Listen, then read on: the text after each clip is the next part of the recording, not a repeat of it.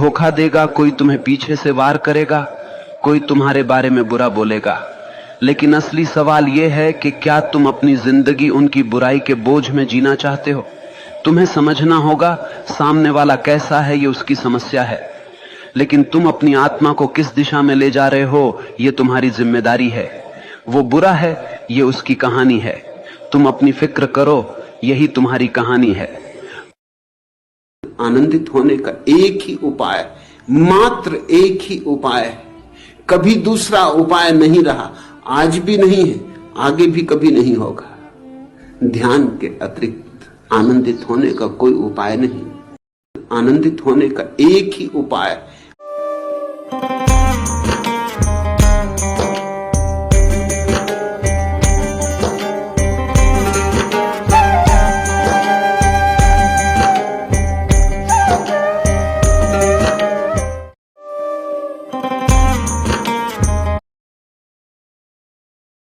Follow कर ले। मैं शादी करना चाहती हूँ। जो मैं तुमसे ये बात कह दूं कि परमात्मा के जगत में उधारी नहीं चलती। पिछले जन्म में कुछ गलती की होगी, पिछले जन्म में भोग ली होगी। परमात्मा कल के लिए हिसाब नहीं रखता। वो ऐसा नहीं कि आज नगद कल उधार।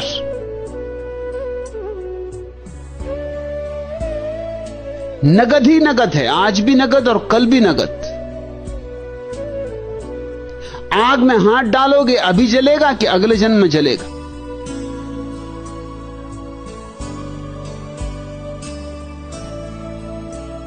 पानी पियोगे, प्यास अभी बुझेगी कि अगले जन्म में बुझेगी? इतनी देर नहीं लगती प्यास के बुझने में, ना हाथ के जलने में। मेरे देखे, जब भी तुम शुभ करते हो तत्क्षण तुम पर आनंद की वर्षा हो जाती। तत्क्षण, देर अबेर नहीं होती। तुमने कहावत सुनी कि उसके जगत में देर है, अंधेर नहीं। मैं तुमसे कहता हूं कि देर हुई तो अंधेर हो जाएगा। मैं तुमसे ये, प्रेम है तो कितनी ही पीड़ा हो, पीड़ा तुम्हारी समस्या है, लेकिन तुम्हारी पीड़ा के कारण तुम दूसरे को बंधन में मत डालो। जाने दो, मुक्त करो। वह तुम्हारी अनुग्रहित रहेगी और शायद किसी दिन जानेगी कि तुमने उसे चाहा था और प्रेम किया था। शायद किसी दिन तुम्हारे प्रेम का उसे अनुभव होगा, मगर उसके पैरों में जंजीरें न डालना। जंजीरों डालने वाला प्रेम प्रेम नहीं।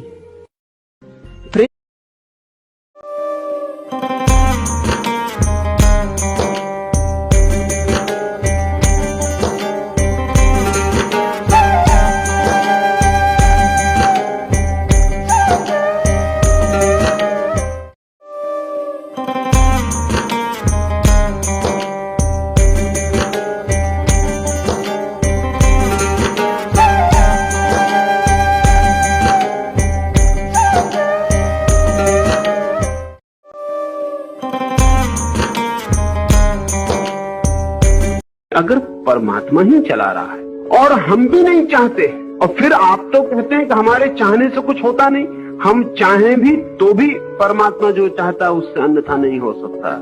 और हम चाहते भी नहीं कि बुरा कर्म करें, और परमात्मा तो चाहेगा क्योंकि बुरा कर्म हो। फिर कौन हमें धक्के देता है और बलात् बुरे कर्म करवा लेता है? ये बुराई कहां से आती है? अलग अलग चिंतकों ने अलग अलग उत्तर खोजे हैं। जो बहुत गहरे नहीं गए उन्होंने कहा शैतान है, वो करवा लेता है। उत्तर खोजना जरूरी था, लेकिन कोई बहुत गहरा उत्तर नहीं।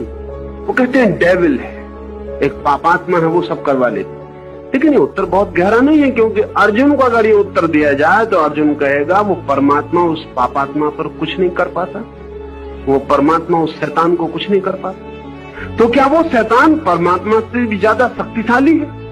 और अगर शैतान परमात्मा से ज्यादा शक्तिशाली तो मुझे परमात्मा के चक्कर। अगर तुम भगवान को क्यों ढूंढते हो? क्या तुम इतने खो गए हो कि खुद को भी भूल बैठे हो? यह एक सरल प्रश्न है, पर उत्तर सरल नहीं है, क्योंकि उत्तर तुम नहीं देना चाहते, तुम सिर्फ भरोसा करना चाहते हो। तुम्हें सत्य नहीं चाहिए, तुम्हें दिलासा चाहिए। तुम मंदिर जाते हो, मस्जिद झुकते हो, चर्च में मोमबत्ती जलाते हो, पर क्या कभी भीतर गए हो? क्या कभी खुद से भी पूछा मैं क्यों खोज रहा हूं? आज हम उसी प्रश्न को खोलेंगे। भगवान की जरूरत क्यों महसूस होती है? क्या वह सच में है या हमारी ही बनाई एक कल्पना है? आओ ध्यान से सुनो, न सिर्फ कानों से बल्कि अपनी आत्मा से, क्योंकि ये वाणी नहीं, ये मौन की यात्रा है। ईश्वर मनुष्य की सबसे पुरानी कल्पना है जो डर से पैदा हुई। बचपन से हमें सिखाया गया भगवान देख रहा है, वह तुम्हारे हर कर्म का लेखा जोखा रखता है। अगर तुम गलत करोगे तो नरक मिलेगा, सही करोगे तो स्वर्ग।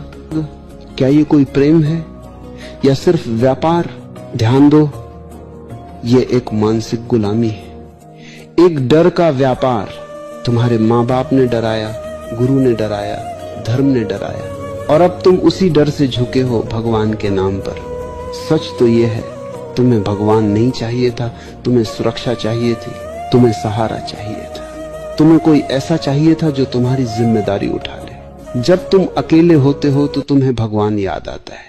जब सब ठीक होता है, नौकरी, पैसा, रिश्ते, तब तुम मस्त हो, पर जैसे ही जमीन हिलती है तब तुम मंदिर भागते हो। ध्यान से देखो, ये प्रेम नहीं है, ये उपयोग है। भगवान तुम्हारे लिए एक सहारा बन गया है, एक मानसिक बैसाखी। और मैं कहता हूं तुम्हें सहारे की जरूरत नहीं है, तुम्हें सजगता की जरूरत है। सहारे से आदमी कभी खड़ा नहीं होता, वो हमेशा झुका रहता है, गुलाम रहता है। रो वह मत करो, यह पाप है, वह पुण्य है। पर धर्म खुद ही नहीं जानता कि ईश्वर क्या है। धर्म सिर्फ शब्दों से भरा है, किताबों से लदा है। किसी ने उपनिषद पढ़ा, किसी ने कुरान, पर किसी ने खुद को नहीं पढ़ा। और जब तक तुम अपने भीतर नहीं झांकते तब तक भगवान का कोई अर्थ नहीं है, क्योंकि भगवान कोई शब्द नहीं है, वह एक मौन की अवस्था है। ध्यान कोई क्रिया नहीं, एक उपलब्धि नहीं, ये घटित होता है जब तुम बैठते हो बिना उद्देश्य, बिना आकांक्षा। तब धीरे धीरे विचार थमने लगते हैं, तब भीतर से एक नीरवता उठती है, और वही नीरवता है भगवान। नहीं, कोई मूर्ति नहीं, कोई नाम नहीं, कोई धर्म नहीं, वह बस एक अनुभव है। जब तुम्हें लगता है मैं नहीं हूं, वही ईश्वर है। भगवान को पूजा से नहीं, तुम भगवान। दोस्तों ये फोटो किसी को छोड़ना मतलब ये नहीं कि हम उससे दूरी बना लें या उसे नकार दें। छोड़ने का अर्थ है कि हम उसके साथ रहते हुए भी उसके खोने का डर न पालें। ये आंतरिक स्वतंत्रता है। ये कहना है कि मैं तुम्हारे साथ हूं पर तुम्हें पकड़ कर नहीं रखता। यदि तुम रहो तो यह प्रेम है, यदि तुम जाओ तो भी यह प्रेम है। यही प्रेम का सबसे शुद्ध रूप है, जिसमें भय नहीं, केवल स्वतंत्रता होती है। खोने का डर केवल संबंधों में ही नहीं बल्कि जीवन की हर स्थिति में होता है। हमें डर होता है कि कहीं नौकरी न चली जाए, स्वास्थ्य न बिगड़ जाए, लोग हमें छोड़ न दे। यही डर हमें भीतर से जकड़ लेता है। लेकिन यदि हम इस डर को सचेत होकर देखें तो पाएंगे कि हम पहले से ही हर क्षण खो रहे हैं। हर सांस जो जाती है वह लौटकर नहीं आती। हर दिन जो बीतता है वह फिर कभी नहीं लौटता। सुबह एक भिखारी अपने घर के बाहर निकला। निकलते वक्त उसने अपनी झोली में चावल के थोड़े से दाने डाल लिए, जैसा कि सभी समझदार भिखारी हमेशा करते हैं। क्योंकि जिसके द्वार पर भी भीख मांगनी है, अगर उसको पता चल जाए कि इसको किसी और ने भी भीख दी है तो उसको भी देने में आसानी होती है। दो कारणों से। एक तो उसे यह ख्याल नहीं पैदा होता कि ये मुझको ही मूर्ख बना रहा है, किसी और को भी बना चुका है। दूसरा, ये कोई साधारण भिखारी नहीं है, कोई विशिष्ट भिखारी है, इसको दान मिलता है। यानी मैं किसी अरे गरे आदमी को नहीं दे रहा हूं, जिसको मिलता है उसको ही दे रहा हूं। तो उस भिखारी ने भी अपने घर से निकलते वक्त अपनी झोली में चावल के दाने डाल लिए और वो दरवाजे पे बाहर निकला। सुबह होने के करीब है, वो गांव में भिक्षा मांगने जाता है। रास्ते पर आया था कि उसे दिखाई पड़ा दूर से राजा का रथ आ रहा है। उसने सोचा कि ये तो बड़ी सौभाग्य की घड़ी है, ऐसा आज तक ना हुआ था। और राजा के घर दरवाजे से संतरी वापस लौटा देते थे, कभी भीतर घुसने का मौका नहीं आया। राजा भी उनको भीतर आने देता है जिनसे कुछ मिलने की आशा हो, जिनको देना पड़े उनको कौन भीतर आने देता है। उस भिखारी को तो कभी भीतर घुसने नहीं दिया गया था, आज मौका रास्ते पर ही राजा मिल गया था। तो उसने सोचा आज तो झोली फैला के सामने खड़ा हो जाऊंगा और आज तो मांग ही लूंगा और हमेशा की मुराद पूरी हो जाएगी। वो अपने मन में विचार करने लगा, क्या मांगूं क्या ना मांगूं, और सोचता ही था कि रथ सामने खड़ा हो गया। राजा नीचे उतरा और भिखारी घबरा के रह गया, उसकी कल्पना में भी न था जो हो गया। राजा ने अपना कपड़ा फैला दिया और कहा कि मुझे कुछ दो। तो भिखारी ने सोचा भी न था कि राजा और अपना वस्त्र फैला देगा, और कभी जीवन में कल्पना भी ना की थी कि मुझसे भी कोई मांग लेगा। वो अपनी झोली में हाथ डालता था और बाहर निकाल लेता था। हिम्मत न पड़ती थी कि एक मुट्ठी चावल के दाने दे दूं। देने की कोई आदत न थी, मांगने की ही आदत थी। दिया कभी था ही नहीं, हमेशा मांगा था। कल्पना में भी नहीं सोचा था कि कभी देना पड़ेगा, ऐसा पहाड़ भी सिर पर गिरेगा कि देना पड़े। तो मुट्ठी बांधता था, छोड़ देता था। राजा बोला जल्दी करो, जो भी देना हो दे दो, मैं जाऊं। और आज तो राजा ने कहा कि मैं यही कल्पना करके निकला था कि जो भी मुझे पहले मिल जाएगा उससे कुछ मांग लूंगा। बड़ा गड़बड़ राजा था। आखिर बामुश्किल उसने एक दाने को निकाला, एक दाना चावल का, और राजा की झोली में डाल दिया। राजा बैठा और चल पड़ा। रथ की धूल उड़ती रह गई और उसके मन में पश्चाताप कि एक दाना व्यर्थ ही चला गया। मांगना था वो तो मांग ही नहीं पाए, और एक दाना और व्यर्थ चला गया। उस सांझ दिन भर उसने भीख मांगी, लेकिन मन दुखी रहा। एक दाना खो दिया था। इतनी भिक्षा कभी ना मिली थी, आज पूरी झोली भर गई थी, लेकिन चित्त दुखी था।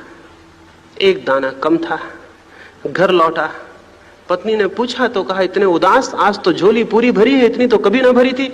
उसने कहा झोली पूरी भरी दिखती है, थोड़ी खाली है, एक दाना कम है। एक दाना आज देना पड़ा है, और तू कल्पना भी नहीं कर सकती कि देना कितना कष्टप्रद हुआ होगा उसके लिए जो हमेशा मांगता रहा और पाता रहा। मेरे प्राण ही खिसक गए थे, मेरी सांस ठहर गई थी, लेकिन देना पड़ा, मजबूरी में उलझ गया था। उसने अपनी झोली उल्टाई। अब तक तो दुखी था, फिर छाती पीट कर रोने लगा और आंसू उसकी आंखों से झरझर टपकने लगे। झोली उल्टा के देखा और सब दाने तो दाने थे, एक चावल का दाना सोने का हो गया था। और तब वो छाती पीटने लगा और रोने लगा कि मैं कैसा पागल हूं, मैंने सारी झोली राजा को क्यों ना उल्टा दी, तो आज सारे दाने सोने के हो जाते। लेकिन अब तो अवसर निकल गया था, और रोज राजा रथ पर मिलता नहीं, सड़क पर। ये तो कहानी है, लेकिन मैं आपसे कहूं, केवल वे ही जीवन के दाने सोने के हो जाते हैं जो हम देते हैं, और जो हम बचा लेते हैं वो मिट्टी के सिद्ध हो जाते हैं। मरते वक्त जब हर आदमी अपनी झोली उल्टा कर देखता है तो पाता है थोड़े से दाने सोने के हो गए हैं जो उसने दिए थे, और बाकी सब दाने मिट्टी के जो उसने पाए थे। प्रार्थना का अर्थ है ऐसा जीवन जो देने का जीवन है, मांगने का जीवन नहीं। प्रार्थना का अर्थ किसी मंदिर में बैठ के हाथ जोड़ के कुछ बातें करना नहीं है। प्रार्थना का अर्थ है समग्र जीवन ऐसा हो जो देने का जीवन है, पाने का जीवन नहीं।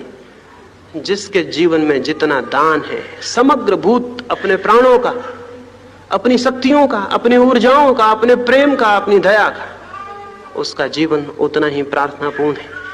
प्रार्थना कोई प्रेयर नहीं है कि बैठ के हमने स्तुति कर ली। प्रार्थना समग्र जीवन का रूपांतरण है। अभी हम मांगते हैं, सब कुछ मांगते हैं,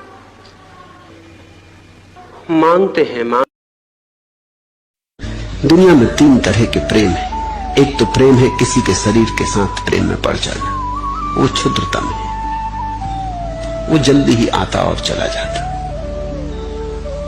वो शरीर की वासना है, उसको ही काम कहो, सेक्स कहो। एक दूसरा प्रेम है जो किसी के मन के साथ प्रेम में पड़ जाना, साधारणतः हम उसे ही प्रेम कहते हैं। दूसरे प्रेम को, वो पहले से श्रेष्ठतर है, थोड़ा गहरा है, ज्यादा देर टिकेगा, शरीर के थोड़ा पार है, थोड़ी उसमें सुगंध है काव्य की, थोड़े पंख हैं उसके पास, थोड़ा उड़ सकता है। फिर एक तीसरा प्रेम है किसी के साथ आत्मा में, आत्मा के साथ आत्मा का प्रेम हो जाना, फिर पूरा खुला आकाश, विराट आकाश। तो ओशो से किसी ने एक बार पूछा कि सिगरेट नहीं छूट रही है। ओशो ने बड़े ही, जैसे कि उनका स्वभाव था, बड़े ही मजाकिया तौर में कहा कि छोड़नी ही क्यों है। वो कहते तुम ढंग से पियो तो अपने आप छूट जाएगी। सवाल पूछने वाला हैरान कि ढंग से पियो छूट जाएगी मतलब। तो ओशो कहते हैं कि तुम सिगरेट कैसे पीते हो, 4 दोस्तों में खड़े होते हो, हंसी ठट्टा चल रहा होता है, तुम्हें कुछ नहीं पता तुम्हारे अंदर क्या जा रहा है, तुम क्या बाहर फूंक रहे हो, तुम गाड़ी चला रहे हो तब सिगरेट पी रहे हो, किसी से बातें कर रहे हो तो सिगरेट पी रहे हो। अगर तुम्हें सिगरेट पीना है तो तुम ध्यानस्थ हो जाओ, ध्यान से सिगरेट पियो, अकेले में बैठो, सिगरेट जलाओ। जब एक कष्ट तुम्हारे अंदर जाएगा तुम्हें महसूस होगा कि वो धुआं कैसे धीरे धीरे तुम्हारे अंदर जा रहा है। तब तुम्हें ये सवाल ही पूछने की जरूरत नहीं पड़ेगी कि सिगरेट छोड़नी कैसे है। जिस दिन ध्यान से पी ली उस दिन अपने आप छूट जाएगी। और ये बात सिर्फ सिगरेट के मामले में सही नहीं है। जिंदगी में कितनी ही चीजें हैं जिनके पीछे हम बिना बात के पड़े रहते हैं कि मुझे ये चाहिए, मुझे वो चाहिए, मुझे वो चाहिए। क्यों चाहिए? जिस दिन ध्यान से बैठकर ये सोचेंगे तो आधी से ज्यादा चीजें तो हमें सिर्फ अहंकार के लिए चाहिए, ईगो, हमारी जो अल्टर ईगो है उसके लिए चाहिए। हमें सिर्फ दुनिया को ये दिखाना है कि हाँ मैं ये खरीद सकता हूं, मैं ये पहन सकता हूं, मैं यहां जा सकता हूं, मैं यहां घूम सकता हूं, इसलिए चाहिए। तो ध्यान इकलौती ऐसी प्रक्रिया है जो आपको ये सब फालतू के आडंबर, फालतू की मोह मायाएं छोड़ने पर मजबूर नहीं कहेंगे, छुड़वा ही देती है। तो गुरुजी ने बुलाया है, मुझे जाना है। पोते का नामकरण है, मेहमान। Hi everyone, I'm और से देखोगे तो पाओगे क्या है जीवन। ये रोज उठाना, रोज भोजन कर लेना, रोज कपड़े बदल लेना, रोज दफ्तर हो आना, दुकान हो आना, कारखाने हो आना, फिर सांझ लौट आना, फिर सो जाना, फिर सुबह वही। इस चक्के में घूमने का नाम जीवन है। ये भी कोई जीवन है? ऐसा जीवन तो पशु भी जी रहा है और तुमसे बेहतर जी रहा है। और ऐसा जीवन तो वृक्ष भी जी रहे हैं, वे भी भोजन कर लेते हैं, पानी पी लेते हैं, रात सो जाते हैं, सुबह फिर जगाते हैं और तुमसे बेहतर जी रहे हैं, निश्चिंत, तुमसे ज्यादा हरे भरे। कभी कभी उनमें फूल लगते हैं, तुम में तो कभी फूल भी नहीं लगते। कभी कभी उनसे अपूर्व सुगंध उठती है, तुमसे तो सिवाय दुर्गंध के और कुछ भी नहीं उठता। क्रोध उठता है, घृणा उठती है, हिंसा उठती है। प्रेम की तो तुम बातें करते हो, उठता कहां? करुणा तो शास्त्रों में लिखी है, अनुभव कहां है? परमात्मा तो सुना हुआ कोरा शब्द है, पहचान कहां है? मुलाकात कहां है? जीवन, तुम्हारा जीवन कहां है? ये जो जीवन जैसा दिखाई पड़ता और जीवन नहीं है, यही मिट जाता, फिर एक और जीवन पैदा होता है जो अभी दिखाई भी नहीं पड़ता, अभी अदृश्य है। वही जीवन जीवन है। और से देखो, जो लोग धन के दीवाने होते हैं वे वही लोग हैं जिनके जीवन में प्रेम का अमृत नहीं बरसा। अगर उनके जीवन में प्रेम हो तो धन का पागलपन पैदा नहीं हो। जिसके पास प्रेम है वो लुटाने का मजा जानता है, बांटने का मजा जानता है, उसकी खुशी ही बांटने में। और जिसके पास प्रेम नहीं है उसकी एक ही खुशी इकट्ठा कर, जोड़ना। और जोड़ जोड़ के मरोगे, जोड़ जोड़ के करोगे क्या? सब यही पड़ा रह जाए। जो लोग ये दुनिया जैसी है वैसी नहीं दिखती, ये वैसी दिखती है जैसे तुम्हारा मन उसे देखता है। अगर मन उदास है तो पूरी दुनिया धुंधली, बेरंग और भारी लगती है। वही सड़कें, वही लोग, वही परिस्थितियां अचानक बोझिल हो जाती हैं। और अगर मन आनंदित है तो वही सड़कें चमक उठती हैं, वही लोग अच्छे लगते हैं, वही जीवन उत्सव जैसा लगता है। इसका मतलब यह है कि बाहर की दुनिया वही है, पर तुम्हारे भीतर के रंग उसके मायने बदल देते हैं। इसलिए जीवन को बदलना है तो दुनिया बदलने की जरूरत नहीं, मन के रंग बदलने की जरूरत है। मन एक रंग रेश की तरह है। जैसे कपड़ा किसी रंग में डुबो दिया जाए तो वो उसी रंग में रंग जाता है, वैसे ही तुम्हारा अनुभव तुम्हारे मन के रंग में रंग जाता है। अगर मन में भय है तो हर स्थिति खतरे जैसी लगेगी। अगर मन में प्रेम है तो हर स्थिति अवसर जैसी लगेगी। अगर मन में करुणा है तो हर चेहरा तुम्हें परिवार जैसा लगेगा, और अगर मन में द्वेष है तो हर व्यक्ति दुश्मन जैसा दिखेगा।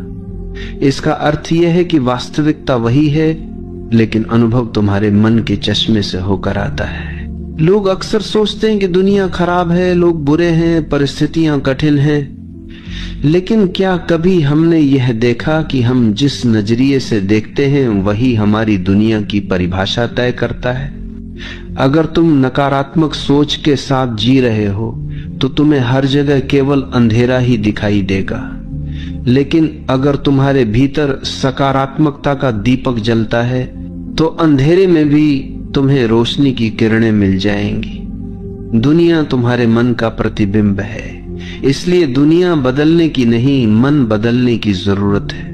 ये वाक्य हमें यह भी सिखाता है कि परिस्थितियां उतनी महत्वपूर्ण नहीं है जितनी हमारी दृष्टि है। दो लोग एक ही घटना को देखकर बिल्कुल अलग अनुभव कर सकते हैं। एक व्यक्ति असफलता को अंत मान लेता है, जबकि दूसरा उसी असफलता को सीख मानकर और मजबूत बन जाता है। घटना वही थी, लेकिन मन के रंग अलग थे और इसलिए अनुभव भी अलग हुए। यही कारण है कि बुद्ध ने कहा था, दुनिया वैसी नहीं है जैसी वह है, दुनिया वैसी है जैसी तुम उसे देखते हो। मन के रंग बदलने का सबसे बड़ा उपाय है सजगता। अगर तुम सजग नहीं हो तो तुम्हारा मन अपने आप नकारात्मक रंग भर देगा। ये दुनिया